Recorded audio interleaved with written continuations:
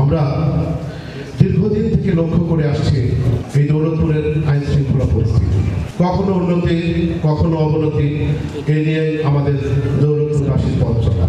ত্রয়োদশ জাতীয় সংসদ নির্বাচনকে সামনে রেখে সত্যিকার অর্থে আমাদের দৌলতপুরের আইন শৃঙ্খলা পরিস্থিতি যেন ভালো থাকে, সুন্দর থাকে, প্রশাসনের ঊর্ধ্বতন কর্মকর্তাদের সম্পূর্ণরূপে যতটা সম্ভব সর্বোচ্চ হস্তক্ষেপ কামনা করছি। আমরা দীর্ঘদিন থেকে লক্ষ্য করে আসছি দৌলতপুরের 14টা ইউনিয়নের বিভিন্ন এলাকায় আনাচে কানাচে অস্ত্রের ঝঞ্ঝনা।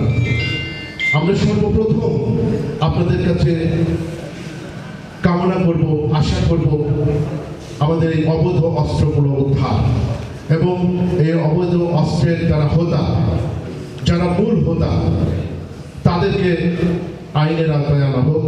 সে সাথে আমরা আশা করি দীর্ঘদিন পরে আমরা একটা সুন্দর নির্বাচন উপহার পাবো আপনাদের হস্তক্ষেপে। অবাধ, সুষ্ঠু, নিরপেক্ষ নির্বাচন কামনা করে আপনাদের সকলের সুস্বাস্থ্য কামনা করে শেষ করছি। আল্লাহ হাফেজ।